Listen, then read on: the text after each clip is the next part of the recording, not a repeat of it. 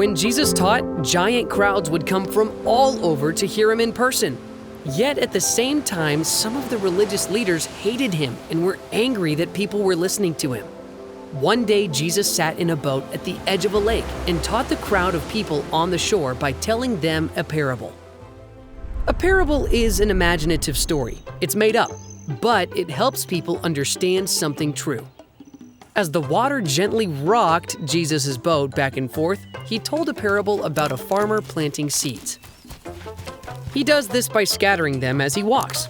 The seeds in Jesus' story represent his words, and in the parable, some of the seeds fell on the path. Oopsie. And birds gobbled it up. In this part of the parable, Jesus is talking about the way that Satan, who is the evil one, comes and tries to take away Jesus' important message. Satan deceives people and does everything possible to turn them away from God. As the farmer continues to plant, other seed falls in the rocks. Oopsie. Since there's only a little bit of dirt, the seeds sprout up quickly. But since the roots can't go deep, the seeds can't grow up big and strong. Those rocks were real stumbling blocks. In real life, Jesus is talking about how some people are excited to hear from him at first, but when it starts to get too hard to follow him, they give up and crumble under the pressure. The parable goes on. Still, other seed falls in a patch of thorns. Oopsie. Here, the weeds and thorns are too thick. The seeds can't grow. Jesus is talking here about how in real life, people can worry so much about money and stuff that they get distracted from his words. But then Jesus told about what happens when seeds fall on good soil.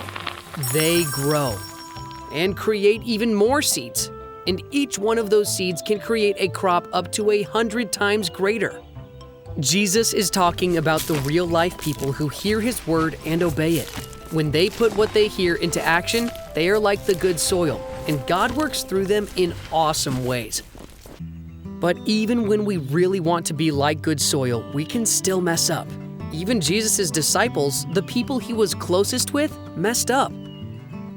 But we can know that God always helps us when we mess up. He can rock our world, and we can be grateful for that. Instead of being deceived, giving up, or caring about worldly things, we need to listen to Jesus and obey his words. My sentiments exactly.